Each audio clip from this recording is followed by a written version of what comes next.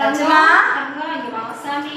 ஏன் லட்சுமா என்ன லட்சுமா சாமி எனக்கு கொஞ்சம் உடம்புக்கு சரியில்லை சாமி. மதியம் நீ சமைச்சிடுறியா? அது என்ன சமைக்கிறதுன்னு அதை நான் பார்த்துக்கிறேன். அது எதுக்கு நீ போட்டு இது பண்ணிட்டு இருக்க? உனக்கு என்ன பண்ணுது? இல்லை சாமி நீ பையனையும் பார்த்துக்கணும், அதனாலதான் சாமி சொல்றேன். தம்பியை பார்த்துட்டு அது பண்ண முடியாத என்னால. சமைக்கிறதுலாம் பெரிய விஷயமா? உனக்கு என்ன பண்ண? சாமி எனக்கு என்னன்னு தெரியல சாமி, ஒரு மாதிரி அங்க நான் போய் கொஞ்ச நேரம் படுத்துட்டு இருக்கிறேன். உனக்கு நீ பையனை பார்த்துட்டு நீ அது நான் பார்த்துக்கிறேன். உனக்கு என்ன பண்ணுது? ஒரு மாதிரி எனக்கு கொஞ்ச நேரம் படுத்து இருந்துச்சா சரியாயிடும் சாமி. அதனால தலை ஏதாவது வலிக்குதா? தலை ஏதாவது சுற்றுறதா?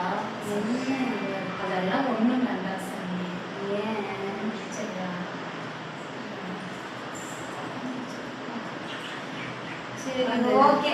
வீட்டை போய் படு, அதை நான் பார்த்துக்கிறேன். கதவை சாத்திக்கோ, வீட்டை பார்த்துக்கோ. சரியா? நான் போய் கொஞ்ச நேரம் போய் படுக்கிறேன். நீ இங்கே தானே இருக்க, அதெல்லாம் நான் பார்த்துக்கிறேன். சரியா? நீ போய் படு.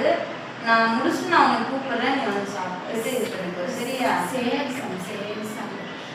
இந்த மாதிரி ஒரு மருமக வந்து நம்மளுக்கு மகளா கிடைச்சிட்டாங்க அப்படின்னா நம்மளுக்கு எந்த கவலையுமே இல்லைங்க. நம்ம பாட்டுக்கு ரிலாக்ஸா இருந்துக்கலாம்.